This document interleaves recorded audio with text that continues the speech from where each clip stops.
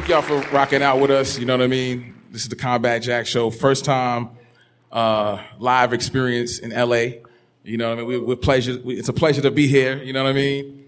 We got a dope guest, you know, it's waiting to be introed, I guess. You know what I mean? But how many y'all really fuck with the Combat Jack Show or nah? Wait. First of all, I got to tell y'all, like I'm really humbled by all the love that we get from LA. And it's been a long time since we wanted to touch ground here. So I'm just honored that y'all are here. Y'all came out. We compete against the BET Awards. You know what I'm saying? That's pretty big. So that means that we got to give y'all a hell of a show tonight. And what I'm going to do tonight is a lot different from our traditional interviews. Usually we have our guests up here and we talk. And y'all know sometimes it's enlightening. Sometimes it gets a little boring. But this brother right here has such an amazing discography in such a short period of time. And when I was doing the research today, I was like, we got to make this thing celebratory. I'm saying we got to celebrate our music, we got to celebrate our culture, and of course we got to celebrate this man's accomplishments and this man's hustle. So I can't wait to start, man. Like, is there anything else? Is a script? We need to do something else, man? Nah, ain't no script, man. We just out here enjoying LA. I don't want to leave, but we got to leave. We don't have to leave. I mean, yeah, we don't have to leave. I don't have to leave. Combat Yo, Jack. you know what? You're a jokester, man. What? I didn't appreciate what you did earlier, man. Yo, man, don't air our personal business out here to the audience. They didn't come to see for us to air our dirty laundry out. Would you got something to say, though? Nah. Salute. Yo, first and foremost, man, round of applause to DJ Head. You know what I'm saying? Salute. DJ Head. Want to shout out our sponsor, Acid Cigarillos. Yeah, Acid in the building. And then y'all ready for the show? I'm a little nervous, yo. But that's a good thing. And shout out to Bar 9 for allowing us to utilize this space. Yes. Yo, this is a nice spot, yo. This is very dope. When I jumped out the Uber, I was like, yo, is this a setup? This is in the cut. Yo, without further ado, we're going to get this thing going. You know what I mean? Our guest, like Combat said, is, you know, he's a amazing producer / artist / entrepreneur. You know, I call him the 2017 or the new age Jermaine Dupri for a lot of different reasons. You know what I mean? His air for talent. Yo, you know what's embarrassing? What's up? When I saw him come in, I was like, yo, Mike, it's such an honor to meet you. He's like, I met you several times. I was like, oh. It's like, when's the last time? And I was like, yeah, I was a little faded, so I want to make up for that. It's crazy, man. Come on in, y'all. Come on in. Yo, I think that's his family right there walking in. Let's give his family round of applause to Mike Will's family. What's up, y'all? Welcome to the Combat Jack Show Live. I think we're ready. Let's do it. Without further ado, internets from Marietta, Georgia, Mr. Mike Will made it.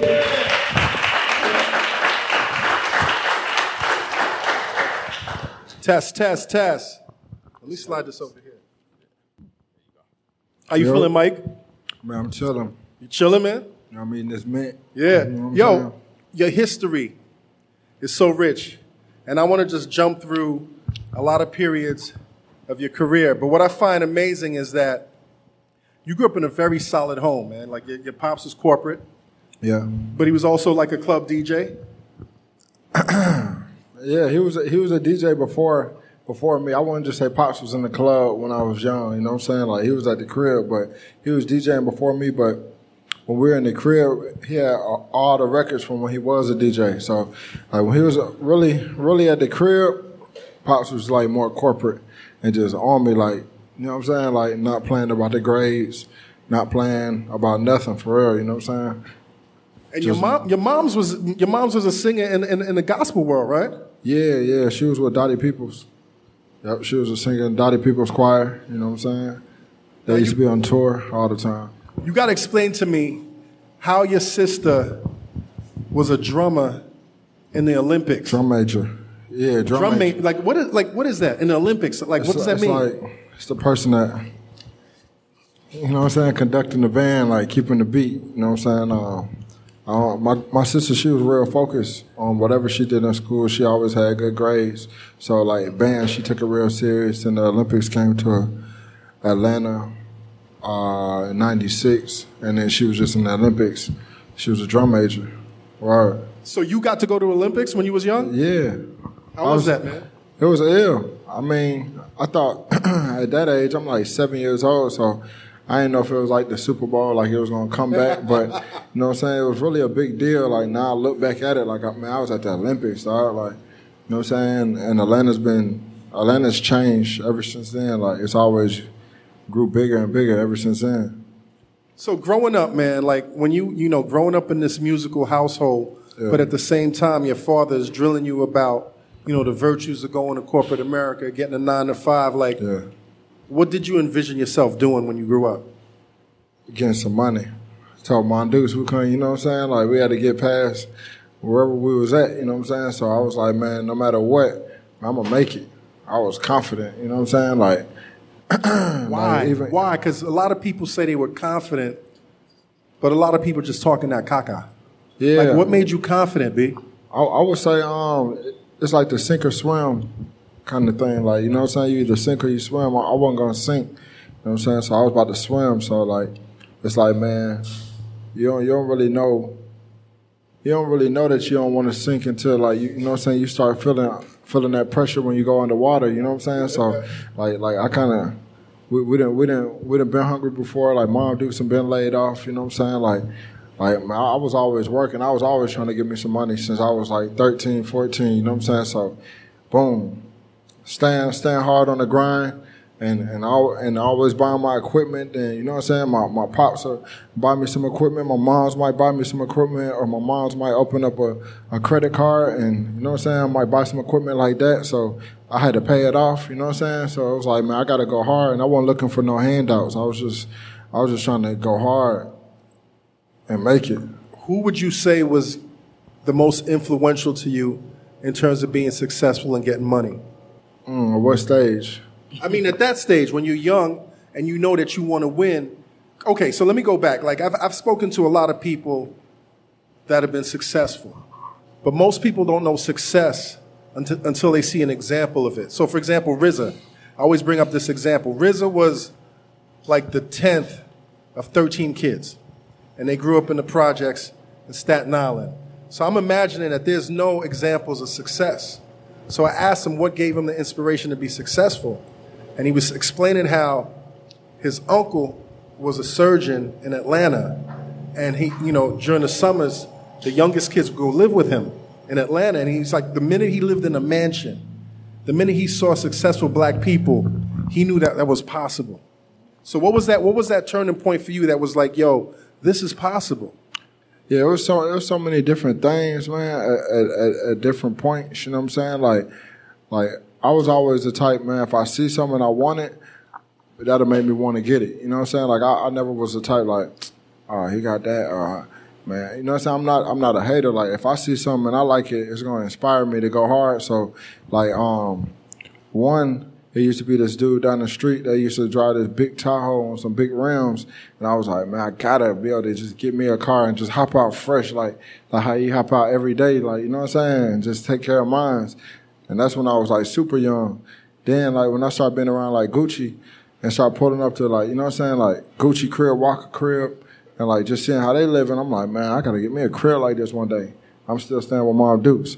So first crib I get when I move out of my mom's crib, it's like a crib like just like that, like it's in the country club and everything. I knew what it was. As soon as I walked in the front door, I'm like, so I didn't even have to see the house. I was like, so, and bought it cash, you know what I'm saying? Because I already knew years prior, I was like, man, I got to get me one of these one day, you know what I'm saying? Then when I started coming out here to L.A., boom, I saw Puff. I went to Puff's crib, and I was like, dang, man, he got a crib in the hills.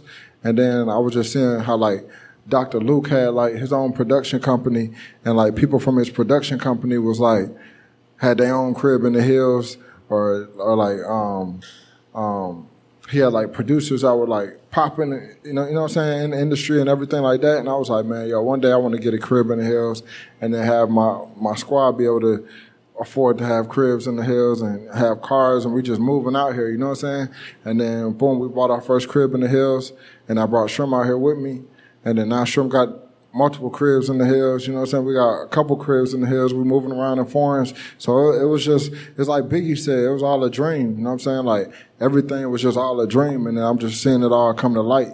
And so I would say the biggest inspiration would be God. You know what I'm saying? I was praying the whole way, and everything just coming to light. Talk about when you were coming up and you were running with Gucci, like other than the things that you saw that he had, like, because Gucci is such an enigma, man. Like, what did you learn from him? What were the things that he taught you that helped you in terms of your journey to success? Gooch, go hard. You know what I'm saying? Go hard and don't chase nothing. You know what I'm saying? You don't gotta chase nothing. We were just doing us. We were just in the studio all day, working on music, leave the studio, go to the strip club, play the songs, see how it sounds. People like it. We put the music out next week. Boom. Same old recipe. And head down and just work hard. We're not watching to see what everybody else doing. You know what I'm saying? If we listen to other people's music, it's for some inspiration, or it's for like just to check it out, just to be, you know what I'm saying? Like, keep up with what's going on in the culture, but it wasn't never to like, oh man, we got to do something that sound like this. Like, nah, we were just in the studio, just doing whatever we was doing, like the most throwed off, whatever thing like we thought would move. You know what I'm saying? Move people in the club or move anybody in. Go to the strip club or go to a club and just play it, and then we'll listen to it. Might go to the club in the daytime and play it. All right, bet let's go to the studio. Be in the studio all day, and then just stay down and working. And then another thing, Gucci always, like one thing I learned from Gucci, like even if you got some kind of success, you don't gotta act like, you know what I'm saying, that you got that kind of success. Like, always fuck with people that's just the shit, no matter what. Like, if they the shit, like, cause they popping, or if they the shit cause they coming up. And that's one thing I respected with Gucci. Like, he just fucked with me. I was young, you know what I'm saying? And I was just coming up. And then he just fucked with me because he heard my beats, and after that he was just like, yeah man, you coming to the house? Hey man, you coming over here? Hey man, I'm leaving high school every day, pulling up on Gucci wherever. I call him, yeah, we over here, I'm finna text your address. Pulling up over there, you know what I'm saying? So, I mean, it was always love. And one thing Gucci respected was anybody who would grind hard, and that was, you know what I'm saying? Like, I wasn't sitting around waiting to see, like, what Gucci was going to do for me, or, like, what Gucci going to teach me, or whatever he drop, I'm picking up. You know what I'm saying? Whatever game he drop, I'm picking up. Whatever he leave on the table, I'm soaking up. Like, you know what I'm saying? It's just like, boom, we just, you know what I'm saying? I'm just a young dude just soaking up game, and he respect the grind hard. He respect how hard I used to go. And then as he started seeing me grow, like, 2 Chainz, like, Gucci might be at the studio right here. Future might be at the studio, like, literally, like, 2 minutes away. There's a studio called 11th Street. Gucci be at Patchwork. And then if you go to Hot Beat Studio, it's where, like, a lot of independents work. So I'm from Marietta, so I would drive to the city every day. You know what I'm saying? I might go to Hot Beats first. The A room, B room, and C room, they all working on my beats. Boom, pull up on Gucci. Me and Gucci done knocked out about 3-4 songs today. Pull up on Future. Me and Future knock out about 2 or 3 songs. Leave there, 2 Chainz like to go in late night. So I pull up on 2 Chainz around like 11, 12. You know what I'm saying? All the way on the south side, Old National. I'm at his crib. I'm at his studio. Boom, we in there. We knock out about 2 songs. You know what I'm saying? By this time, it's about 3 or 4 in the morning. I got to drive all the way back to Marietta. Boom, drive all the way back to Marietta. Go to sleep, wake up, do it again. You know what I'm saying? And at the end of the day, boom, Gucci, 2 Chainz, Future. You know what I'm saying? Everybody was coming up in the A. They just saw how hard I was going, so they ain't do nothing but salute it and was like, you know, I fuck with them. You know what I'm saying? They knew one day something, you know what I'm saying, something was going to come out of it. And that one day, and now I want to jump into your discography, man, because you came, for us that really didn't see your grind, the invisible grind. Yeah. One day you came out of nowhere with this song.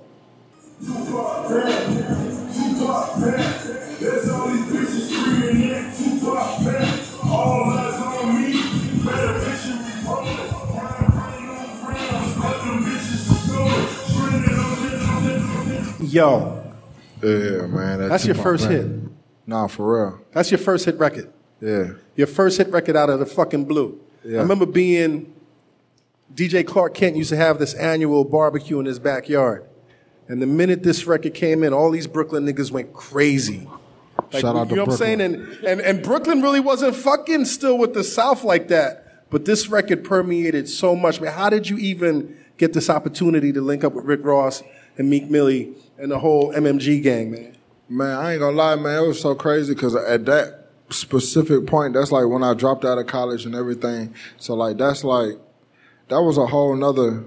That was a whole nother Mike Will. That was the birth of Eardrummers, and that was a whole nother Mike Will, and that was like it was a whole nother focus. You know what I'm saying? Like I had already been doing so many songs on mixtapes. Even before this song, I had over 100, 200 songs in the street on mixtapes. You know what I'm saying? Just with up and coming people. So I was just trying to figure out, like, man, what makes the difference between me and Puff, or me and like Kanye, or me and like Drummer Boy, or me and like, you know what I'm saying, Dr. Dre. Like, what makes the difference between me and these guys? Okay, they all got production teams. That's what makes them super producers. They're building like ill production teams, and they come up with the illest sounds, and then the hit makers, and then they know how to make hits, and they know the formula how to put together hits, and they know how to give this sound to this person. And I'm just being a student of the game, and I'm just watching it. So boom, I come up with my own production company called the Eardrummers. And then, you know what I'm saying, I was like, man, I always want to have the greatest songwriters, producers, artists in the game. Like, I just want to build that one day. You know what I'm saying? And so, like, I was just trying to build it up ever since I was a teenager, man. I hollered at, you know what I'm saying, everybody, every young cat in the A that's making any kind of noise, I done hollered at them. You know what I'm saying? From my boy Southside, from Metro to Sunny Digital to, you know what I'm saying, to TM, to, you know what I'm saying, like, all the producers that's on my team right now, you know what I'm saying? And so boom, we had Eardrummers, and we started just collaborating with beats. At this time, it was like a lot of competition with, you know what I'm saying, producers or whatnot. Like, this producer's trying to make harder beats than this producer or whatever. It's friendly competition, you know what I'm saying? But like, man, I was thinking like, okay, how do we just click up and just make some money? Because we all in the same boat. Like, we all right here in the A. They sleeping on us. We all trying to get noticed. Like, you know what I'm saying? So it's like, what we going to do? All right, boom. Well, we got to have some kind of focal. You know what I'm saying? All right, Eardrummers. Mike Will made the Eardrummers. That's what it is. All right, this going to be our sound. Aggressive, bro. Like, it gotta just sound raw. It got to, you know what I'm saying? It got to be beaten. Like, it got to be cinematic. Everybody else hard beat sound like this right now. You know what I'm saying? All right, let's make our beat sound like this, you know what I'm saying? And then we start coming with a sound and a formula, and we start cooking it up. And then by this time, we had, that pack was starting to get, you know what I'm saying? It was starting to get fat. So now it's like, okay, boom. Now I got to get these beats out. All right, well, I'm already in the studio with Future, Gucci, and 2 Chainz every day. We doing songs every day. Boom, I'm on Twitter. And I'm just hitting up like one of Rick Ross A&Rs, and I was on like, on Twitter, I'm like, don't sleep on Twitter, internet. No, don't sleep on Twitter, man. I ain't gonna lie, I was really sleep on it. I was like, man, I don't, you know what I'm saying? I didn't really understand it because it was new at the time. I was like, what is this Twitter? You know what I'm saying? But then somebody was telling me like, no, you can network for real on Twitter, bro. And so I was like, all right. So next thing you know, I reached out to one of his A&Rs, and I'm like, I hit him. I'm like, man, I need to get you these tracks for Rick Ross. You know what I'm saying? Like, we're going crazy. They finally DM'd me with an email. So I sent them a bunch of beats. So, you know what I'm saying? They hit me back and was like, yo, put this beat to a side. Then they hit me back again like, yo, put this beat to a side. And there was 3 beats. So it ended up being Marble Floors, Tupac Back, and King of Diamonds. You know what I'm saying? And he did all 3 of them in the same night. You know what I'm saying? But he put out Tupac Back first, and then Marble Floors was just a hook. Like, he did all those hooks in one night. You know what I'm saying? So he gave Tupac Back to Meek Mill. He gave Marble Floors to French, and then he used King of Diamonds on one of his mixtapes. So that's really how the whole Rick Ross thing came about. You know what I'm saying? It was like an email thing first, but it was good because everybody in Atlanta at this time, I'm 28 now, but at this time I'm like 21, 22. You know what I'm saying? So, like, everybody in Atlanta, they mess with me, they mess with my sound, they respect my grind and everything, but I'm still a young nigga, you know what I'm saying? So, like, once I was able to put that single out there and had that single on the radio, then it made people like, okay, hold on, this my young nigga, like, you know what I'm saying? I fuck with him. Yeah, man, let's get another single, you know what I'm saying? Like, once that shit like really shook up the game, and you know what I'm saying, it just added you know what I'm saying, validation to it, you know what I'm saying, to the sound, to everything. And I remember like that song was out going crazy on the radio. Gucci was just coming home. At this point, me and Gucci hadn't worked in a couple years, you know what I'm saying? He was just coming home. They're like, yo, Mike Will got the hottest song on the radio. You're like, Mike Will, that's your beat? Man, they go crazy, bro. You know we got to go crazy, you know what I'm saying? And that's my boy. You're like, me and Gucci, every time we get in the studio, we go crazy. So, boom, we went in the studio, and we locked in, and we started working on a bunch of different songs, and we ended up coming with Free Bricks. I had linked in with Future. And then we came with Free Bricks, the first Free Bricks. And that was like around that time and shit too, 2011. Yo, 2011 was a big year for you because you come out with that record and it's Tupac back, but it sounds like Godzilla's back because it's so big. It's like just monstrous, right? I always say it sounds like a horse race. Yeah, and then the next record that you drop, you take it in a whole different direction. Go ahead, Head.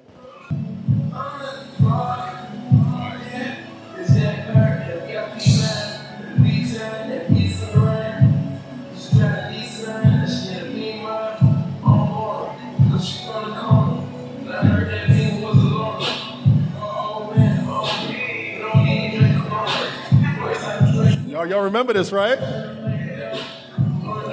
Y'all didn't forget. Now, the question I want to ask you is Tupac back is such a aggressive beat, and then you jump into this, you know, Turn Out the Lights with Future, and it's so melodic.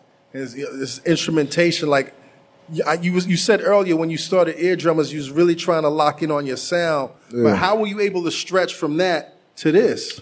Man, that was rule number one with Eardrummers too. It was like, man, we're not putting no boundaries on this shit. Like at that time, I felt like there was a lot of like genre, like different genres of music was almost like segregation. You know what I'm saying? I felt like it was time to dead that. I felt like, man, we were really on that genre bending like type of production. Like we were like, okay.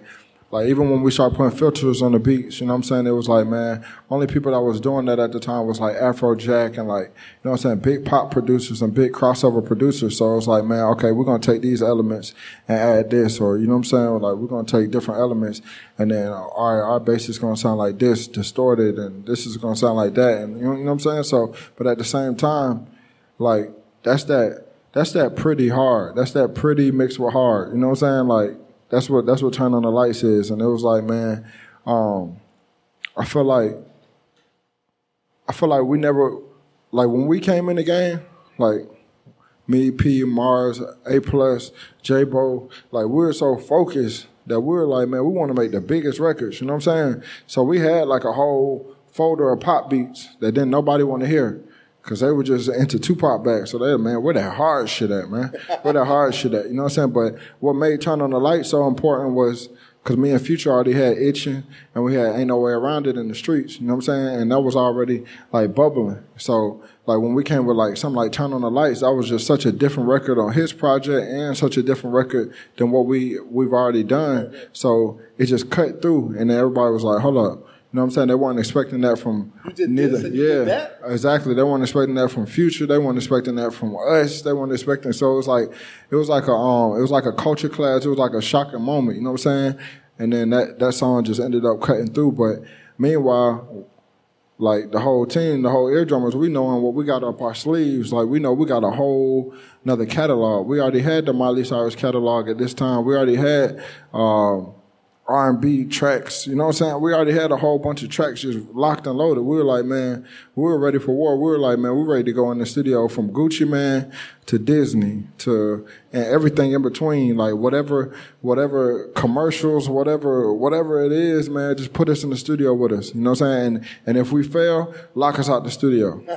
You know what I'm saying? And that was it. That was my only promise to like A&Rs or managers or people that worked at labels and stuff like that. That was my only promise. Man, just put me in the studio with the artists and let's just see what we do. Yo, so 2011 is a big year. You got these 2 big records on the radio. You're 21 years old. How's that feel? I was about 22 at that time. It felt cool. I was still broke. You're still broke, right? Yeah. But that's a good feeling though, right? Like take yourself back then where you're still broke. You following your passion, yeah. It's working, and you know the money's coming.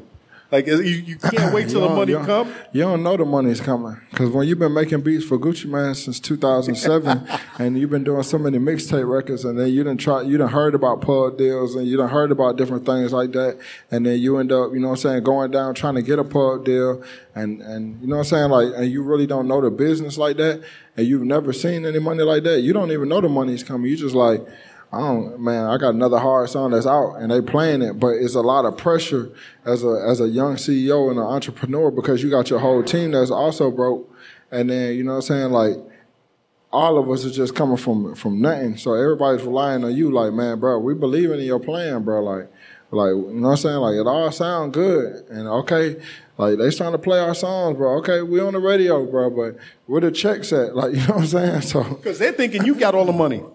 Man, they thinking you know, it's always the peanut gallery, you know what I'm saying? So it's always the people on the side that's going to be like, man, you saw what Mike had on today? Or, you know what I'm saying? Or, what you had on today, man? Man, I don't know what I had on, you know what I'm saying? But, man, you saw what was going on? You saw what, you know what I'm saying? So it might look like, okay, he might be pocketing all the money, you know what I'm saying? Because you know how the music industry go and different stuff like that. And I'm trying to tell them, like, hey, bro, man, that's not even my forte. Like, I'm the type that if I buy a Rolex, I want my homeboy to be able to have the money in his pocket. If he want to buy a Rolex, he can buy one too, him too. You know what I'm saying? Like, at this time, everybody at my door like, yo, can we sign you for a pub deal? I'm like, nah, I ain't signing nothing until I can give all my homies a check, like everybody on my team a check, and all the publishing companies that were coming to me just offering me, you know what I'm saying, different kind of monies, different kind of deals. I'm like, nah, man, like. Yo, you smart, man, because when I was in the music industry, I used to always tell my clients, don't ever sign a publishing deal unless it changes your tax bracket. Oh, yeah, definitely. Well, at this time, like, the money they were offering me, it was definitely going to change my tax bracket. But everybody around me I felt like everybody around me was just as important as me. You know what I'm saying? And I felt like everybody around me was the shit too. And I felt like everybody around me deserved, you know what I'm saying, 6-figure checks, you know what I'm saying? And so, and they were telling me like, man, who are they? We only heard it. Well, that's because you only hear my tag, you know what I'm saying? But this is my production team. We work together, man. So it's like, boom, like, you know what I'm saying? I need everybody over here to be straight. We need to be like, this got to be like Puffy and the Hitman. You know what I'm saying? This got to be like, you know what I'm saying, Dre and, you know what I'm saying, his production team. Like, man, we got to be comfortable. You know what I'm saying? And I've been broke all my life to the point where even if I take this money right now, I'm going to go spend it. You know what I'm saying? Like, I'm going to go spend it. It don't mean nothing, you know what I'm saying? Because I never had it. So I'm going to learn how to work with money as I go, but I can't sign nothing until I get everybody around me straight. You know what I'm saying? That's smart, man. So going into 2012. 2012. And this is when shit gets crazy. Right before 2012 though, this when everybody was on my line, my boy Big John called me. You know what I'm saying? This when he was still Platt. Yeah, he was still at EMI. He was like, man, it's our first phone conversation. So I didn't know who he was. So he called. He was like, yo, this Big John. My attorney called me. It was like, yo, Big John wants to talk to you. I'm like, all right, you know what I'm saying? Then he was like, you get on the phone, then the assistant picks up the phone like, yo, I'm gonna grab John for you. So I'm like, who the hell is this guy? You know what I'm saying? You know what I'm saying? So then he gets on the phone and he's like, yo, what's going on, man? Da da da. Yeah, man, we want to do this deal with you and da da da da. And at this point, everybody calling, so I'm just like, man, all right, bro. Well, I'm in the middle of making a beat, bro. I'm on. Just talk to my attorney, you know what I'm saying? We'll figure it out. I ain't know who he was, you know what I'm saying? So we get off the phone. So then we go into 2012, and then you drop this record. We can't turn it up. We can't turn it up.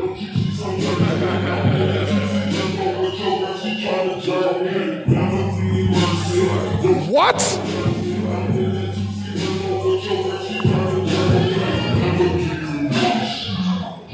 I'm out of breath, man, just thinking about that, man. How the fuck did you link up with Kanye and do this record, man? Man, it was crazy. When I turned 23, it was like no looking back. I feel like that's when I really started to feel like, okay, this music stuff is starting to really be real. Like, I turned 23, and Ludacris had flew me, like we was on a private plane. I went to one of his shows. He was like, bro, you just gotta come catch a vibe. Just see the crowd, just be on the private, just, you know what I'm saying? All that, bro.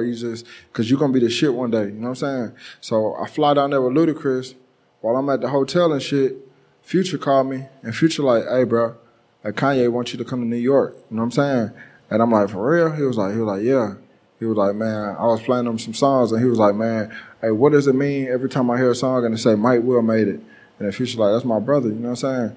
And then he was like, oh yeah. And he was like, man, I'm trying to link with him. I'm trying to get him in here, trying to get him to the studio. And then so Future called me. So they were trying to fly me out the next day. So I flew back with Ludacris that night. Boom, we went to the club, went to the crib with my mom. I was like, man, I gotta go to New York, mess with Kanye. Boom, packed my bags. I was supposed to go up there for 2 days, ended up being up there for 2 months. You know what I'm saying? But it was crazy because it was like, with that song right there, I went up there and Kanye had this art museum rented out. And he was let me interrupt you for a second, man. This is Kanye. Yeah. And you've been with some greats, but were you a little bit intimidated? Because this is Kanye. Man, I ain't gonna lie. Kanye still is one of my favorite producers, you know what I'm saying? So I got a number of respect for him and his work and everything. So, like, I was kind of thrown off, like, man, what does he want me to come up here and do? You know what I'm saying? Because it's like, man, like, he already, like... You didn't have the beat done already, or you created that? Nah, it was like, man, he already the shit. Like, Kanye already the shit, so... I tell my boy P, I'm like, bro, just come with me, bro. You know what I'm saying? I'm like, it's only gonna be 2 days, but just to be comfortable, right? Yeah, but my boy P, he married, he got a little girl, so he like, man, bro, I'm gonna just stay here, bro. Just go out there, don't even think, bro. Just go in, just make them quick beats that you be making, them 5-10 minute beats. I'm like, bro, just come with me, bro. You know what I'm saying? Boom, we go out there. So Kanye got this art museum rented out. So we walk in. So I'm sitting in the lobby. I'm like, man. I wonder is this dude gonna be on some Hollywood shit? Is he gonna be on some cool shit? I'm just going in my head because in Atlanta, you know what I'm saying? Like they fucking with me, but I'm up here in New York with Kanye, so he got every right to be like, okay, which one is this? Which one is this kid again? Yeah. Okay, well, you know what I'm saying? So I'm thinking it's gonna be something like that. So I'm waiting. So I walk in and I sit down, and then he's like, man, yo, there's a time in music where a producer comes through with a certain kind of sound, with big drums, and his drums sound like nothing, and all they need is the right vocal or the right artist or the right concept on their tracks to cut through. And right now, you're that guy. I'm looking at him, I'm like, oh shit, you know what I'm saying? And then I'm like, man, appreciate that shit, bro, appreciate that. So I'm just seeing how it's going. Did you believe him?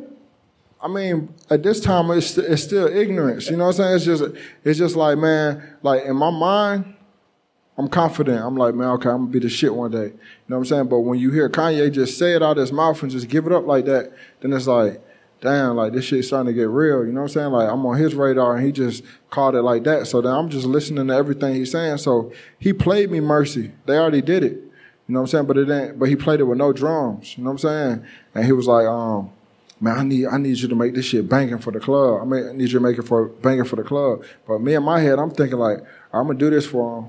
But I'm trying to goddamn get him on some our shit. Like this Mike Will made the Eardrummers shit. Like, you know what I'm saying? Like, I know we could do some crazy shit. So I pull up some beats. And then off the rip, he just goes straight in. And he just freestyling on the beats, going crazy. And he recorded like a couple hard songs, couple hard ideas, you know what I'm saying? And then he gave me a sample, a Michael Jackson sample. And like, he gave me like the whole Pro Tools session. And me and my boy P stayed up for like, man, 18 hours straight, you know what I'm saying? Just working on this sample, like, and killed that shit. Like, you know what I'm saying? Like, all the way killed that shit, you know what I'm saying? And then I played it for Kanye the next day. And then Kanye was going crazy and me and my boy P, we both Aries, so we like bumping heads. So we ended up making like 4 beats into one because I wanted the sample to go this way, he wanted it to go this way, then I wanted to go this way, then he wanted to go this way. Then we just combined it, that shit, and then this shit just sounded like crazy as fuck. You know what I'm saying? So Kanye, he never ended up putting that out, but you know what I'm saying? Like he loved the sample, and then he was like, "Man, did you ever do the drums on Mercy?" So I'm like, "Man, let me just do this right quick." You know what I'm saying? So I just boom threw the drums on there, and then that's how the Mercy song came about, and that came out. Then he did the same thing with the I Don't Like remix. Yeah. Like he gave me the I Don't Like remix, and told me to put some drums on that. Boom, put the drums on that. And then at that point, like, I was supposed to be up there for 2 days. Like I said, I ended up being up there for 2 months. Me and Kanye just riding in the back of the Maybach, moving through New York City. He chopping it up with me. And it was like a surreal moment. You know what I'm saying? Like, he was just fucking with me, giving me a whole bunch of game. I'm seeing how he worked with his team and how he worked with different producers and how he's putting these records together. It was like a learning experience, man. And then that's when I met Mike Dean, Jeff Basker, Big Sean. You know what I'm saying? A bunch of different people, man. Yo, how did 2 Chainz end up on that record? He was good music. Good music. You know what I'm saying? Yeah. Yeah. So they already had their little thing going on. You know what I'm saying? And like, it was like a good music fucking major collab. You know what I'm saying? And that video, they had shot the video overseas. That video crazy. Shout out to my boy Nabil. He just shot the Perfect Pint video. But that's when I met him too. You know what I'm saying? Who you think dropped the hottest verse on that record? I don't know, bro. That's some, yeah, you gotta ask them. That's some good music for real. 2? You said 2? 2 Chainz, right? Who else? Man, my personal favorite on that, because I wasn't fucking with him at the time. And this is the first record that really made him one of my favorite artists, is 2 Chainz. Because the minute he said, yeah, I was like, oh, that shit was fire! Nah, hell yeah. Oh, that man 2 Chainz was going, he went fucking bananas on that 2 Chainz. Big Sean went crazy. Ye went crazy, you know what I'm saying? Did they put it? Yeah, man. Nah, for real, they had a lot of verses on that shit. Word. Yo, let's go to the next record, man. This is still 2012. Let's go to the next record, man. Turn it up, man.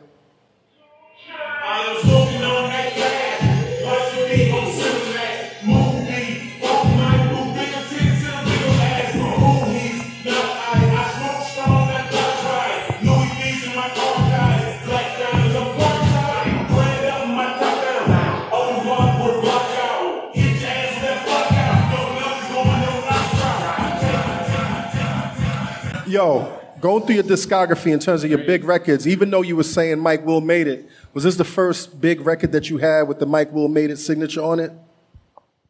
This was the first one getting the recognition. Yeah. You know what I'm saying? That track right there was supposed to be for 2 Chainz, True Religion, but he ended up doing Got One, and then he had turned his project in, so I still had that beat, and I was like, he was telling me like, man, bro, I'm working on my album. I said, look, bro, I got this beat. Like, man, this shit's so hard, but you got to be on it. Like, we held this beat for so long until he really said he was working on his album. Gave him that beat, and then he was like, yo, bro, man, I think I put the verses on here, but I think I'm going to have, like, Birdman talking on it, or I think I'm going to have, like, I was like, man, yeah, you should have, like, Puffy talking some crazy shit, or, like, somebody just talking some crazy shit, like an intro, ooh. Then you come back a couple of days, like, hey, bro, we got our first hit. Because me and 2 Chainz already been working with each other since 2007 at this point. And talk about the chemistry you got working with him. That's my brother. That's like my big brother. We got like a real brother relationship. We butt heads, you know what I'm saying? We argue with each other and we get back cool. You know what I'm saying? Like it's a real brother relationship. So I mean, like with Chainz, you know what I'm saying? Shit, like with this song right here, like it was just like, man, I just knew that this beat was for him. I knew that he needed this, and I knew it was gonna be a big look for him. And he just out of nowhere finally hit me and was like, man, bro, we finally got our first hit. I'm like, what you talking about? He was like, man, on that beat. And he was like, bro, you gotta hear it. I'm like, man, quit gassing that shit up. You didn't think it was gonna be that big? No, I ain't hear it at the time. He was like, man, I'm telling you. I'm like, bro, quit gassing that shit up, bro. Quit gassing it up. He was like, man, Drake just got on it, bro. He just put a hook in the verse. I'm like, what? You know what I'm saying? So then I go on the road with 2 Chainz for like a couple weeks, and then boom, we listened to it. And he played it. I'm just like, man, what the fuck? He won't play it. He won't play it no more for like a couple days. He was like, bro, I don't want this shit to get old. I ain't finna be in here playing that shit. I don't want this shit to get old, bro. I want this, you know, so I want it to come out and be fresh. Then he'll play it one more time. But then, like I knew, like, man, okay, boom, we got a banger. You know what I'm saying? Yo, everything, it's like when you make a record, man, it's like making like a recipe or like it's like chemistry. It's like you putting in like different chemicals and the whole nine.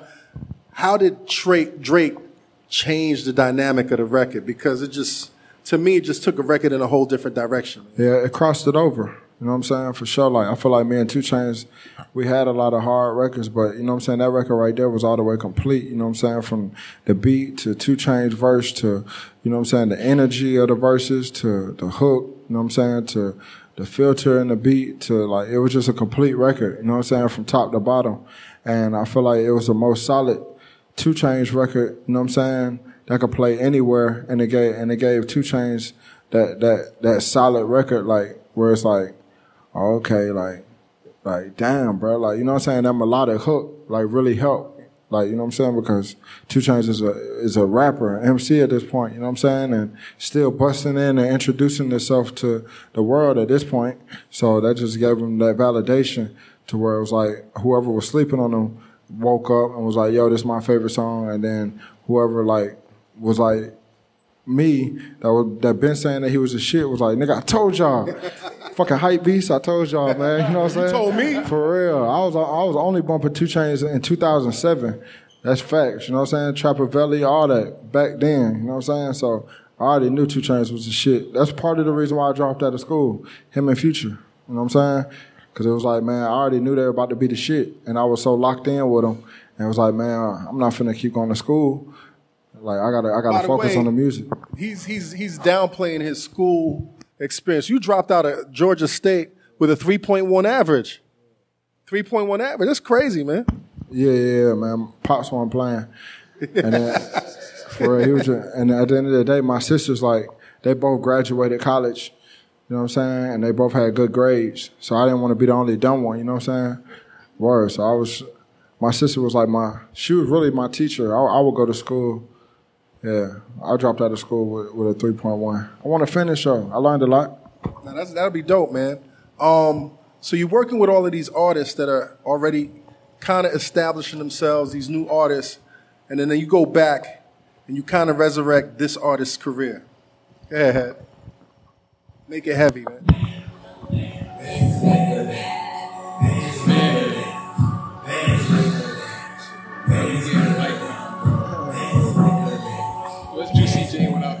It's phenomenal. Without this is like home run. First and foremost, man, Juicy J got to be the most vampire rapper because that brother his career will not die, man. Like, how was that, man, going to somebody who was a Southern legend, you know, at least half a generation before your era? And how did it feel going back to somebody like him and being so instrumental in making sure you brought his career back? I mean, it was like a dream come true because I grew up bumping like 3-6 Mafia, like, and the whole Hypnotized camp, like, and Juicy J was one of my favorite producers. DJ Paul was one of my favorite producers.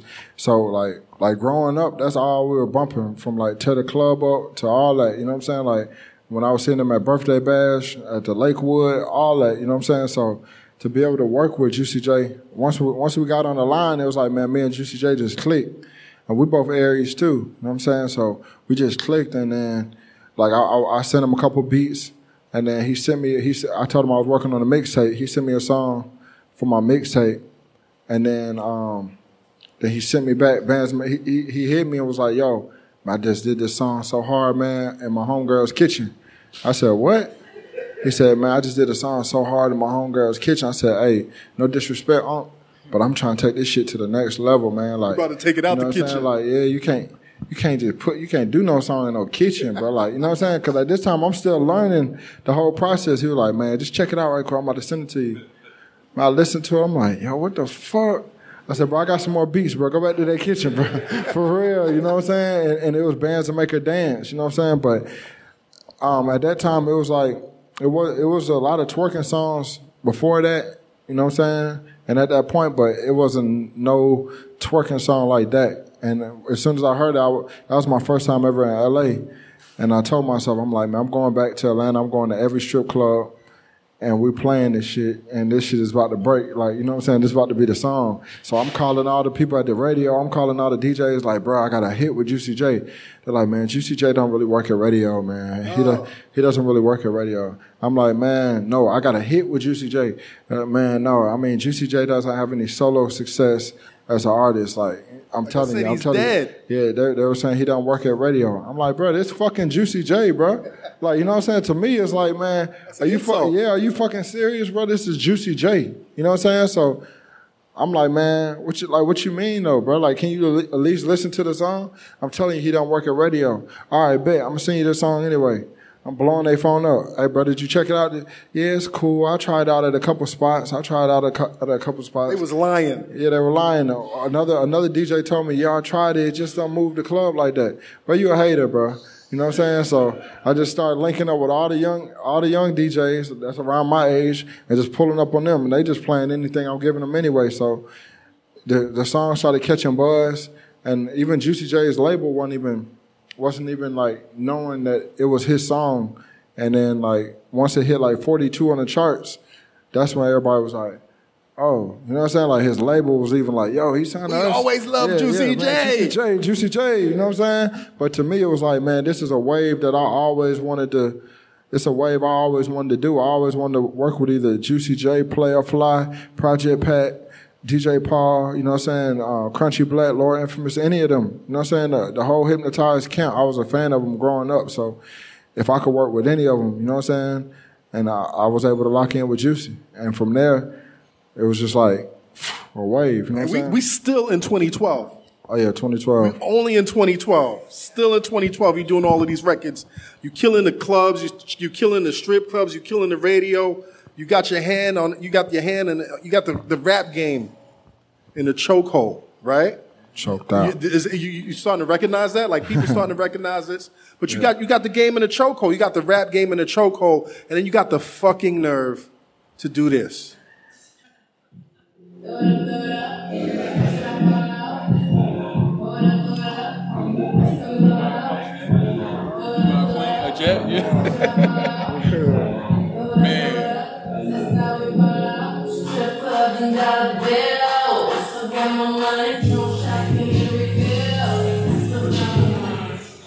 First of all, I got to ask you, did you meet Rihanna when you was doing this? Man, when I was doing this, I had met her, but I ain't meet her in the studio. I wasn't in the studio with her yet. How she smell?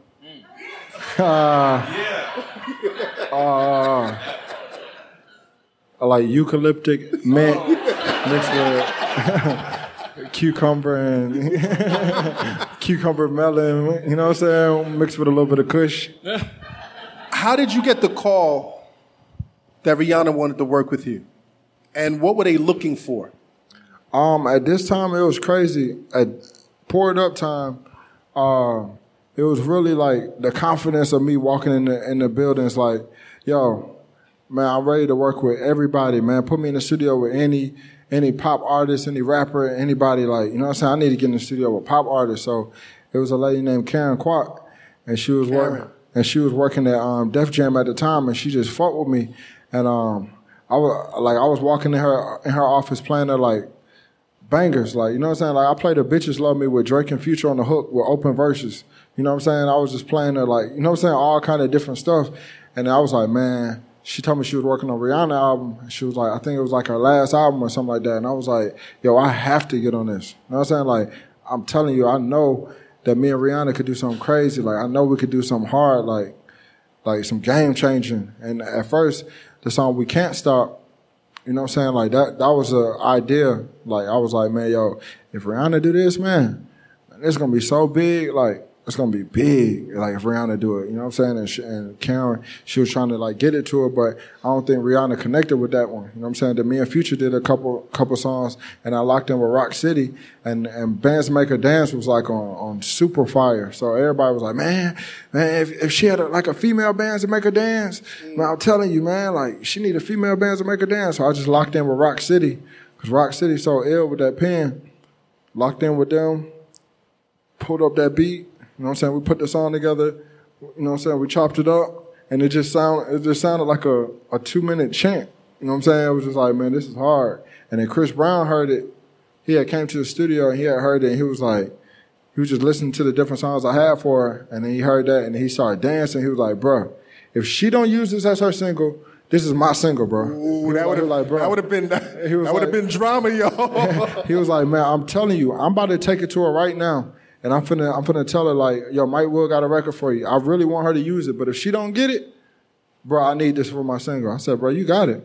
And he went and told her, and sure enough, she called, and she was like, yo, Mike Will has a record for me. You know what I'm saying? And boom, she heard the song, and she loved it. And it was like one of the last songs that she cut. And then we mixed it, got the mixes all right, put it out, and then people were loving it. And it just organically just took off. And that wasn't even like a focused single for the label or anything. It was just like the people's, you know what I'm saying? Like the people's choice and shit. Like that's the kind of records I like to do, like cult classics, you know what I'm saying? And I think also with Rihanna, I mean, her career was going one way and she still would have been on top, but you really took her in such a different direction, man. And I don't think a lot of people really credit you for that, man. Yeah. I feel like it took her into like her own skin, like that defined her. That defined her. Yeah, it was like a comfortable moment. I feel like that was a record that she was always looking for, that she always wanted to do, even though she had so many incredible songs.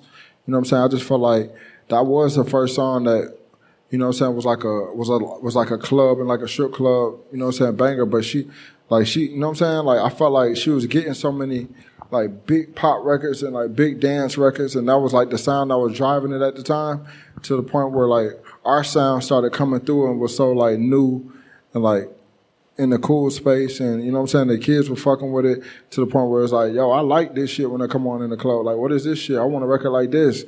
And then it's like, that was a record where it's just a bossed up record. It's just a bossed up chick record.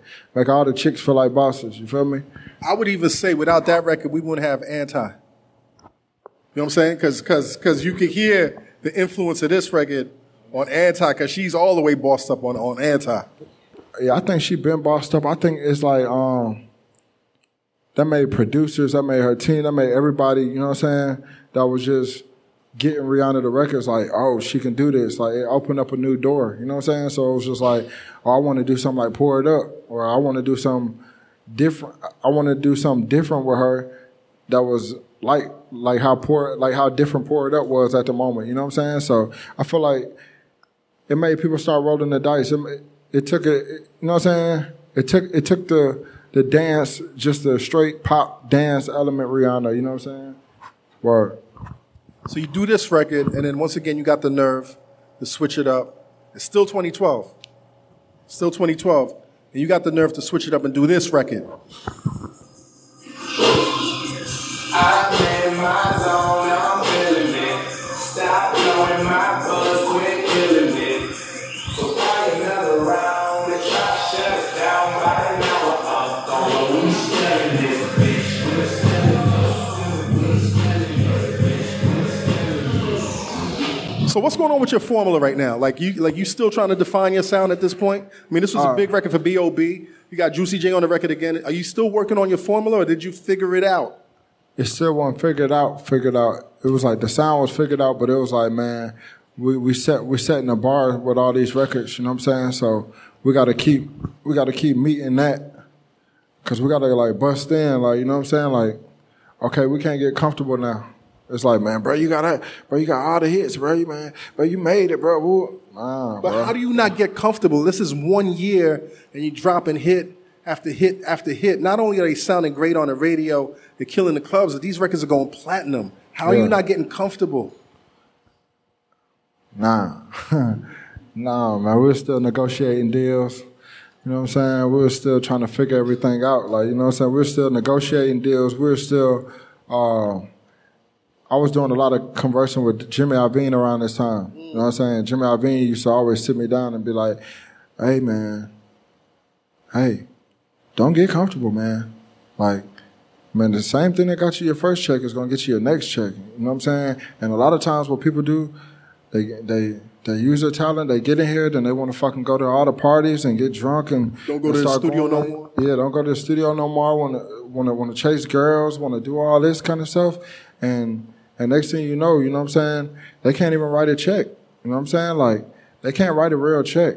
Like, they can't do this. They can't, like, you know what I'm saying? You got to build your business. You got to keep going and da-da-da-da. And he would always have those kind of talks with me, like, thinking about as far as like building my company and building my production team and building everything. And I'm seeing him, And I'm seeing how he living, like how we were talking before, and you were like, man, like what showed you that, you know what I'm saying? What's the next level? Yeah, what's the next level? And I'm seeing Jimmy Iovine, and he's like the definition of the next level, you know what I'm saying? So it's like, I'm sitting here chopping it up with him, and then Dr. Dre right here, I'm chopping it up with him. How was that? Because he's my favorite producer of all time. Yeah, definitely. And That's one of my he's sitting in the favorite. room with you. Like, how was that conversation, man? I mean, we talking about going from Kanye to Jimmy Iovine and Dr. Dre. Yeah, like, it was crazy because Jimmy Iovine's nephew is my manager, you know what I'm saying? So I used to spend a lot of time with Jimmy Iovine, and I still spend time with him and spend a lot of time over his house. And you know what I'm saying? Like, Dre would spend a lot of time over his house. So it's like, you know what I'm saying? Us having them conversations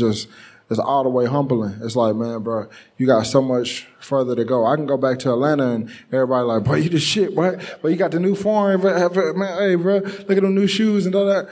But it's like, man, okay, cool. Man, appreciate that, you know what I'm saying? But it's like, man, going out here, it's like, it's too humbling. It's like, man. You ain't shit. Yeah, you ain't shit. No, I was the shit. No, but I'm saying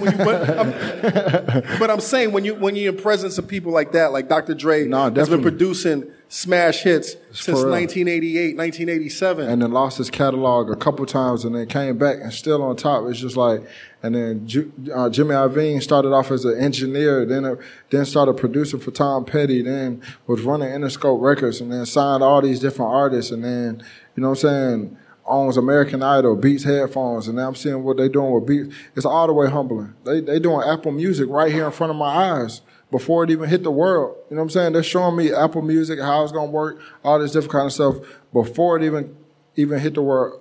Man, really it was called Beats Music at the time. You know what I'm saying? Then they put it out. The Jimmy, you know what I'm saying, was cool with the people at Apple, then boom, you know what I'm saying? Ended up going over there with Apple, doing a deal with Apple and everything like that. But it's like to see all that come to life, and then Apple Music be how we listen to music today, it's all the way humbling. It's like, man, okay, cool, you producing songs, you know what I'm saying? Where your artists at? You know what I'm saying? What albums you gonna produce? You know what I'm saying? Like, you know what I'm saying? Like, what you gonna bring to the game that's different? Like, and that's what I'm always constantly thinking. So, like you were talking about formula, like I kind of had my formula as far as like creating songs and like producing records, but it was like, man, what's next? Like, you know what I'm saying? How do I keep evolving? And then you got the nerve. It's still 2012. We got 2 more records for 2012. I swear we'll get to 2017. I swear your catalog is so goddamn immense. This next record you dropped, man.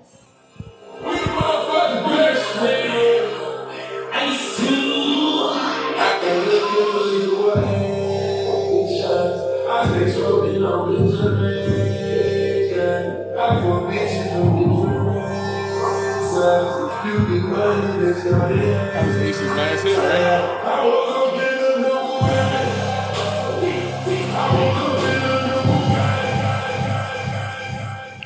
You make Ace Hood a household name.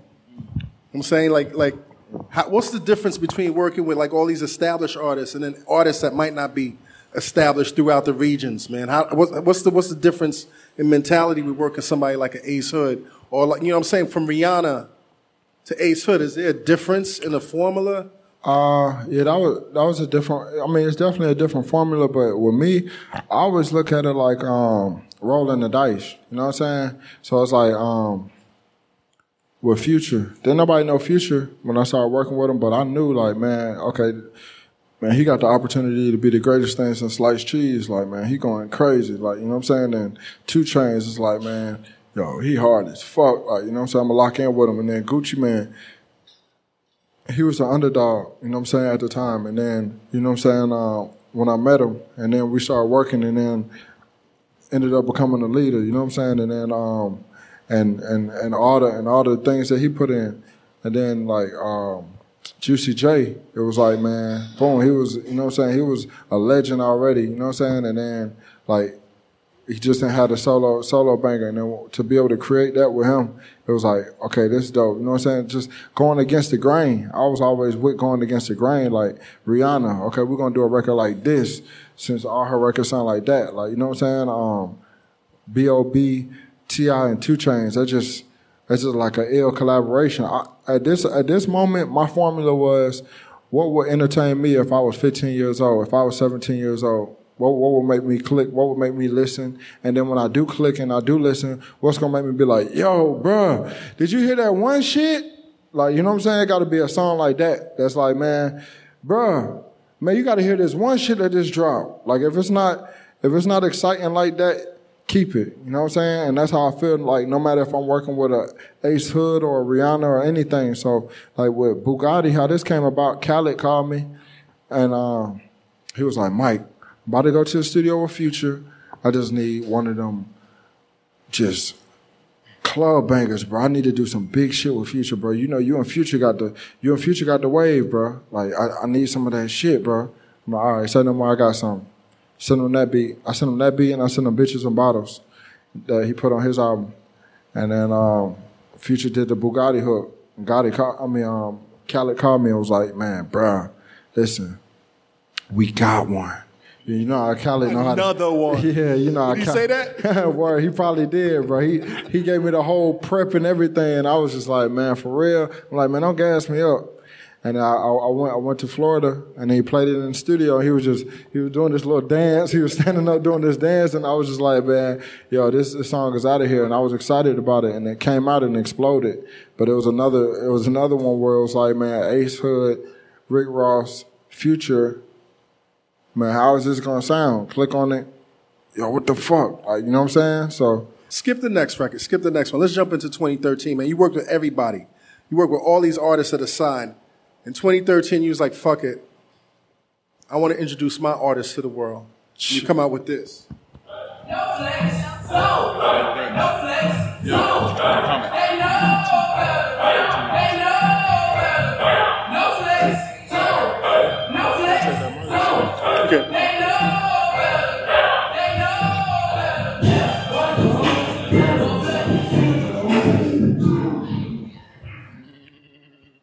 What made you decide to sign your own artist, man? Well, man, it was really those conversations I was having with Jimmy Iovine in 2012. You know what I'm saying? He always was telling me, like, really all those conversations were flying over my head. You know what I'm saying? He was just always telling me, like, man, you need to sign your own artist. You need to put your music out through your own label. I'm going to give you a label deal and da-da-da-da. And you always say that you want a label deal when you're coming up in the music business because it just sounds cool. But when you actually have the opportunity right there in front of you and right there in your lap, you know what I'm saying? Then it's kind of like, I don't know if I want to do this label deal right now. You know what I'm saying? Yeah. So the next thing you know what I'm saying? I end up like entertaining the option of having a label deal and doing a label deal and Ray Shrimmer. You know what I'm saying? Like, it was crazy because the name Ray Shrimmer I came up with like in 2011. You know what I'm saying? And I had Eardrummers, and I was like, man, because I wanted to do a rock band, and then I was like, what would Eardrummers be backwards? And I wrote it down, and I was like, Ray Shrimmer. You know, you confused a lot of people, right? No, that's what a lot of people didn't know how to. It took me like a year. Yeah. No, that was the whole point. It was just like, man, okay, Ray Shrimmer. What is a Ray Shrimmer? Is that a group? Is that one person? Is that somebody's first name, last name? Like, what is that? You know what I'm saying? So when I met Jimmy and Lee, they had a group and they were called Sway, and they were already working with my boy P and Mars. So at the time, I had already found McConan. I had Ray Shrimmer. Like, McConan was like 400 views on YouTube, you know what I'm saying? So we had Ray Shrimmer, we had McConan, we had my boy F1 Cho, who was all just going in the studio, you know what I'm saying? And like Ray Shrimmer will be recording over here, McConan be recording over here, F1 Cho recording over here, like Eardrummer Productions like this. We all working out of the basements and different stuff like that. McConan records Tuesday, Ray Shrimmer records No Flex, No Tight, you know what I'm saying, Throw Some More, you know what I'm saying, like all these songs. And it's just like, man, all right, we got it. All right, we're ready to do this label deal now. Boom. When they sign the label deal, right when we sign the label deal, Jimmy does his deal with Apple, you know what I'm saying, with Apple Music. So what we've been talking about for these 2-3 years is kind of like, damn, like, I can't be like, man, you got to stay here. Shit, you got to go to Apple. You know what I'm saying? You got to go handle your business. I'm going to hold it down, but just always be my mentor. You know what I'm saying? I need your help. All right, bet. Boom, he go to Apple. You know what I'm saying? He goes to Apple, then I'm right here at Interscope, just fresh deal. But I'm talking to Jimmy Iovine about signing 2-9, F1 Joe, McConan, and Ray Shrimmer. That looks like 9 people at the time. You know what I'm saying? So, because it's Shrim, McConan, 2-9 is 5 people. You know what I'm saying? Yeah. And then F1 Joe. So that looks like 9 people. So boom. These are new partners. So they're asking me, they're like, man, yo, you want to sign this many people? Like you can't just sign all your homeboys. This is like a new beginning. Like let's get something started first. You know what I'm saying? I was like, all right, cool. So let's go with Shrimp. You know what I'm saying? We started pushing Shrimp first. At this time, you know what I'm saying? Like everybody on the team is just antsy. You know what I'm saying? But we put out McConaughey's project. And then, you know what I'm saying, we're working his project. He's getting into different magazines. He's doing different interviews. And Drake hops on the song. And then, you know what I'm saying, that opportunity presents itself. He's already signed with us, like, you know what I'm saying, publishing, you know what I'm saying, because that's the only venture I had when I found him. You know what I'm saying? But at this time, he couldn't really move around, you know what I'm saying, like, because he had probation at the time. So he couldn't really, like, fly to L.A. and, you know what I'm saying, meet with the labels and different stuff like that. So we didn't get a chance to sign McConan. McConan ended up signing to Drake, but we put out Ray Shrimmer. But Ray Shrimmer goes, you know what I'm saying, goes through the roof. They get no flex on, no type. At this time, Tuesday starts climbing the charts. So it's like no type and Tuesday, you know what I'm saying? No type is number 1, Tuesday is number 2. Then Tuesday goes number 1 and no type goes number 2. So then that just really solidified like, oh, okay, I'm ready to be a CEO. I'm ready to start developing your own artists. Yeah, I'm ready to put out my own artists. You know what I'm saying? It's official now. You know what I'm saying? Yo, skip the next record. Skip it. Let's go to 2015. Now, you did everything. You did Miley. You did Rihanna. You did everybody. But you didn't do everybody until you did this record. Hey.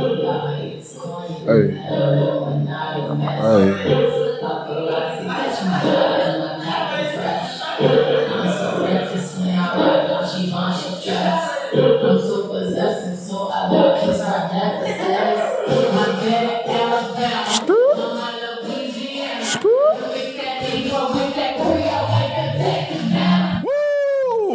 Ladies! One word, how? Man, on the road to Coachella, listening to beats with Shrimp, we all in there freestyling in the car. This beat plays. You know what I'm saying? We just freestyling back and forth. Sway Lee says, okay, something, now let's get information. I turn on the voice notes. Boom, I'm like, man, yo. But if I tell Sway Lee or if I tell Jimmy, hey, can you write a song for Beyonce? It's going to throw him off. So in my mind, I'm knowing that we're putting together a song for Beyonce. They don't even know what we're doing. I'm like, bro, it should be like a woman empowerment song. Like, if we get this to a girl. So you tricked them. No, not tricking, producing. You know what I'm saying? Word. Word. So I'm like, man, hey, if we do a woman empowerment song right now, would that get information? That'll be hard, because it'll be like, man, get information about the dude that you're messing with, or get in line, or like, you know what I'm saying? Like, it could be like stuff like that, and they're like, oh yeah, that's fresh. So they freestyling. The next thing you know, we get back from Coachella. I'm like, yo, we do Drinks on Us. I'm like, yo, you remember that one song that you were doing in the car? And then Sway was like, what you talking about? I'm like, that Formation. And I turn it on, and there's a vocal note. So him and Jimmy hearing it, so they both go in on the beat, rapping on the microphone, go in on that shit. And then Sway had the, okay, ladies, now let's get information part. And then Jimmy had the, if she fuck me good, I'll take her ass a red. No, he said, if she fuck me good, I'll take her ass a Margiela. You know what I'm saying? And so, like, Beyonce was like, yo, I just want you to send me raw ideas, just raw ideas. Like, if you have writers go in, tell them don't write a song for me, just send, like, just raw ideas, and I'll just vibe off of it. So I sent her, like, four different ideas. Next thing you know, I run into her in L.A. after a basketball game. It's her, Hove, and LeBron. You know what I'm saying? We all just sitting down. Hold on. At this point, are you no longer starstruck? No. You don't look up to the stars. This is Hove. This is LeBron. Yeah. No, for real. It was crazy, because I had just went to the Clipper game, but you know, I did the commercial with LeBron, the training day commercial, when he was on the bike, and the whole crowd was like following him, like when he was playing on the Heat. It was like a Nike commercial, but So that was the relationship with LeBron. So I had went to the basketball game, and Rich had told me, his manager was like, man, yo, link up with us. We staying over here. I'm like, man, I'm staying over there too. So they're like, man, link up. You know what I'm saying? I was like, all right, bet, come when you get to the hotel. I had a couple drinks. I passed out, went to sleep. Woke up, had some missed calls, you know what I'm saying? It was from Rich. Go downstairs. So we downstairs just playing music, you know what I'm saying? I got the aux cord on my phone. Everybody just passing the aux cord around. Jay-Z and Beyonce just walk up. It's like 3 or 4 in the morning. You know what I'm saying? They just walk up out of nowhere. I asked you this question earlier, no disrespect to Mr. Carter, but how she smell? No, I kept my distance, man. Kept my distance. I just stayed back, man, for real. Word. But, yeah, man, so they walk up out of nowhere, and then when they walk up, like, they sit down. We still chopping it up about music and different stuff like that. And then Beyonce was like, yo, I like one of the ideas a lot that you sent me. And I was like, which one? And then she was like, Formation. I was like, man, hell yeah. I was like, man, look, this is what we were thinking about with Formation. We were thinking about, like, a woman empowerment song. And it's just like, man, just get in line, just get information about the dudes, da-da-da-da. And she was like, yeah, oh, okay, that's cool, you know what I'm saying? But she took that and made it a culture empowerment song. Black Lives Matter, yeah, Super Bowl, everything. Yeah, way bigger than what I was thinking, but you know what I'm saying? Like, she made it a black empowerment song, then she performed it at the Super Bowl, then she killed that, then the video was crazy. And like, she called me right before she shot the video. And that's when she like let me know that they were going to perform at the Super Bowl. And it was like her and like 30 dancers, and they were doing the dances that were going to be in the video in the Super Bowl. And I was like, yo, what the fuck? And at this time, it was 2 weeks away from the Super Bowl. So I was like, you about to shoot the video, put it out, and perform at the Super Bowl in 2 weeks? Yeah, we finna shoot the video on Tuesday, and it's going to come out on this day. I'm like, all right, we're going to see what's going on. Man, she shot it, put the video out, performed at the Super Bowl the next day. Everybody's just talking about Formation. It just breaks everything. And it was just like, man, what the fuck? That's major. Yo, producing. They telling us we got 5 minutes. I got to skip this next record. But the next record I was going to play was Black Beatles, Mannequin Challenge. Oh, you can't skip that. Did you do that? Huh? You can't skip the Black Beatles. We got 5 minutes. All right. Wait, can we get 8 minutes? Can we get 8 minutes, yo? Let's play Mannequin, man. I mean, let's play Black Beatles, man. We can skip it. We can skip it. I made this beat in 10 minutes. Shout out to Sway Lee. Shout out to Gucci. All right. Yeah, shout out to Sway. Shout out to Gucci. And shout out to Slim Jimmy. You know what I'm saying? I made this beat real quick. Boom. Sway sent the hook. I let Gucci hear it. Gucci was just getting out of jail. He hopped on it. Boom. Jimmy hopped on it. Last song we turned in for Shrimp Life 2. And it was my first #1 Hot 100. Stayed up there for 8 weeks. And shit, it was not a better song like to do with the people that you gave an opportunity to, and with the person that gave you your first opportunity, and have them do a collaboration, and you just make the beat so organically and see it go to the top of the charts. Blessing. Yo, last 2 records, man. I think it's very appropriate that we're doing this interview in LA, because there's no records right now that's representing LA like these 2 records right now.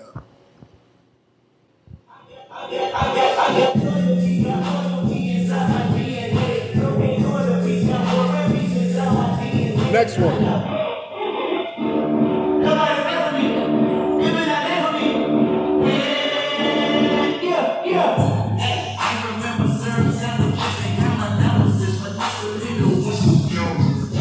You're now working with the current modern day God MC. How was that? Man, shout out to Kendrick, man. We've been working with each other since about 2012. We just never found that wave, you know what I'm saying? So we finally found that wave, and these songs were so organic, and we locked in. I gave him some beats. He was pulling up to the crib. I was pulling up with him. And like thousands of beats later, man, we come up with DNA, we come up with Humble, we come up with XXX on his album. And you know what I'm saying? And people fucking with it. And it was just, he almost gave me Humble for my mixtape. I mean, for Ransom 2 album, you know what I'm saying? But he ended up hopping on Perfect Pints. And salute to Kendrick, for real. These 2 records have a different type of tension than any of your other records. That's tense. Like where's that coming from? Is it because you tailor-made these records for Kendrick? Man, I felt like it's just time to go. Like when I was making these beats, it's just time to go reckless. It's just time to go raw. it's just time to go back to the basement. I was trying to explain to Kanye because Kanye was asking me, like, last year when I ran into him, he was like, man, where do you think music's going next? Where do you think the sound's going next? And I was like, man, I know this is going to sound dumb, but I feel like the sound for me is going backwards. You know what I'm saying? I'm going to go all the way back to like when I was in my mom's basement and them sounds that nobody was really hearing like that the world didn't really get a chance to hear like that. But I'm gonna bring that and bring like a new twist on it, but like simple. I was trying to break it down to him, and he was just listening to me. But I don't know if he was following what I was saying, or if he was just like, man, what the hell is this guy talking about? You know what I'm saying? Because sometimes it'll sound weird when you're trying to explain a sound that they can't hear. Explain a sound that you're trying to bring to life that nobody has heard yet. You know what I'm saying? So, but DNA. Humble, that's a representation of that, like XXX, Gucci on my, Black Beatles, you know what I'm saying? All that shit, like, you know what I'm saying? I feel like that's a good representation of that. So when you listen to your journey, and that's been an incredible journey, right? Can we give Mike Will a round of applause? Appreciate that. When you go from Tupac back to Humble and DNA, man, just give us in a few words, man, what that journey was like and where you're going next. Man, it's humbling. Stay humble. Stay focused. Keep your head down. You can look up every now and then and see what's going on, but keep your head down. Stay focused. You know what I'm saying? Don't get caught up in the numbers. Don't get caught up in the hype. Don't get caught up in nothing. Like, you know what I'm saying? You can't get caught up in a lot of that shit. Like a lot of people, you know what I'm saying, they say that you're changing up, but if you know that you're not changing up and you keeping your eye on the prize and you keeping your eye on your vision, on your focus, on your dream, or whatever you prayed for, and you know what I'm saying, and you just keeping it humble, and you just, you know what I'm saying, no pun intended, but you know what I'm saying, you just stand humble and keeping it humble and just stand down and just stand prayed up. It's just like, man, it's limitless, you know what I'm saying? Like, and where I want to go next is like, man, I want to keep being creative, you know what I'm saying? I want to keep innovating things, changing things, like, you know what I'm saying, changing the way people look at different things, because you got to be creative. Like, for Louis Vuitton to make this phone case, like, there's no other phone case like this, you know what I'm saying? Like, for like, we can't stop. It wasn't nothing else like that. 23, it wasn't nothing else like that. Bands Make a Dance, Pour It Up, you know what I'm saying, Humble, DNA, Formation.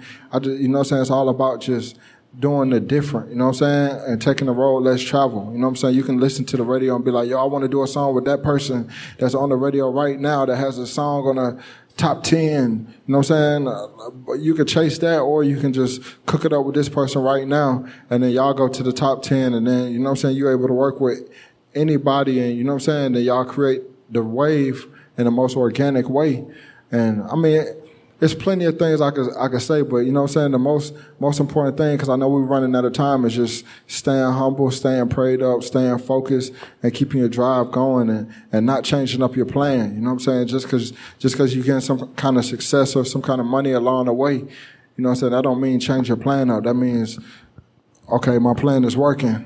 Now I got to go hard. Now I got to stay focused. Now I got to create opportunities for others. You know what I'm saying? It's not all about you. You know what I'm saying? And a mastermind is a collective of minds. So if you're a producer, you know what I'm saying, get you a production team, get you or a couple producers that you can go in with and, you know what I'm saying, create a whole new sound for music, period. You know what I'm saying? And find you an artist that you can lock in with that is not scared to be different and that's not trying to sound like the next person or whatnot. You know what I'm saying? And if you're an artist, you know what I'm saying, if you see a producer right there, man, believe in them. Shit, Future believed in me. 2 Chainz believed in me.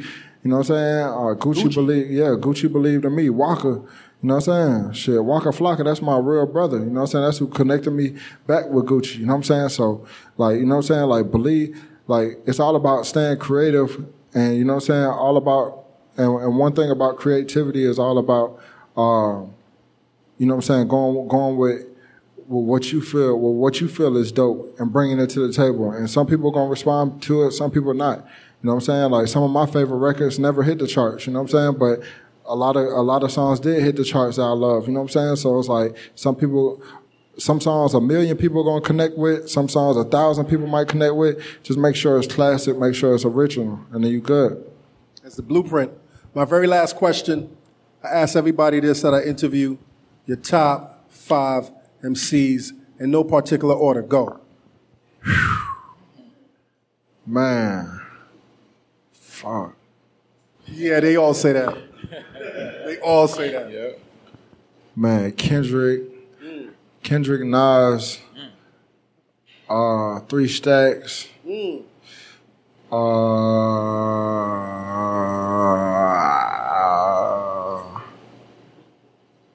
That's 3. Jay-Z, Biggie, Tupac, Jadakiss. Okay. For real. Yo, man. listen, man. Future. This has been a great opportunity, man. Continued success, man. You're very inspiring. I hope everybody here has been inspired, man. Round of applause. My bad. to Mike Will. I gotta, and not even on no political reasons, man. I still gotta, like those are like the MCs I grew up listening to, but I gotta mention Ray Shrimmer, Trouble Ears, you know what I'm saying? Like, cause those are like the MCs that I'm riding around listening to, get me through my days, you know what I'm saying? Shout out to Big Trouble. Me and him about to drop a project. We got a joint project on the way. Trouble, you know what I'm saying, from Atlanta. The project's called Edgewood. It's about to change the game. The hip-hop game, hip-hop heads, I believe you. And everything. You know what I'm saying? I'm going to love it. You know what I'm saying? I believe you. Salute the Trouble. Shrimp Life, game-changing, period. You know what I'm saying? And Ears. They sleeping on them. Go look him up. EEARZ. He got new shit on the way, too. Word. Ladies and gentlemen, Mike Will.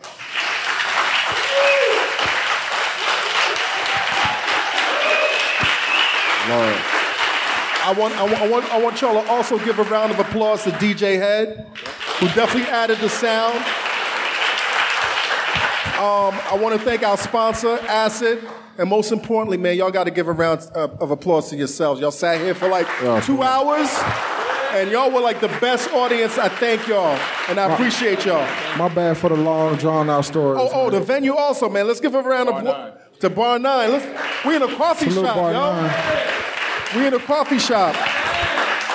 And I want to close with this because I always close with this, and I really mean this sincerely from my heart, that all of us got to dream those dreams, and then we got to man up and woman up and live those dreams, because without dreams, life is black and white, and the universe flows in technicolor and surround sound. Bless up, everybody win. Bars. Thank you so much. Man, my bad, bro.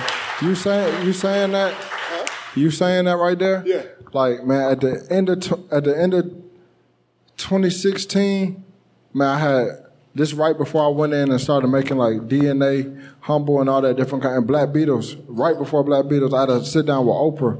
You know what I'm saying? We were talking for like 2 hours. You doing the record? No. We were talking for like 2 hours, man. Real talk. And Oprah told me, like, man, you got to wake up every day and be as creative as possible and chase your dreams and don't let anybody stop you or anybody like throw off your creativity, because God put you here to be like as creative as possible. She said a lot because we were talking for 2 hours, but that's what I got from it. Be as creative as possible. Live life to the highest, fullest expression. You know what I'm saying? She said that, and then when you just said that, that's what really like sparked everything. And like really made me just go harder in a whole nother way, because I was kind of feeling like, you know what I'm saying? Words. A life without dreams is black and white. Exactly. The universe flows in technicolor and surround sound. That's hard. There you go. Salute to my mom in here.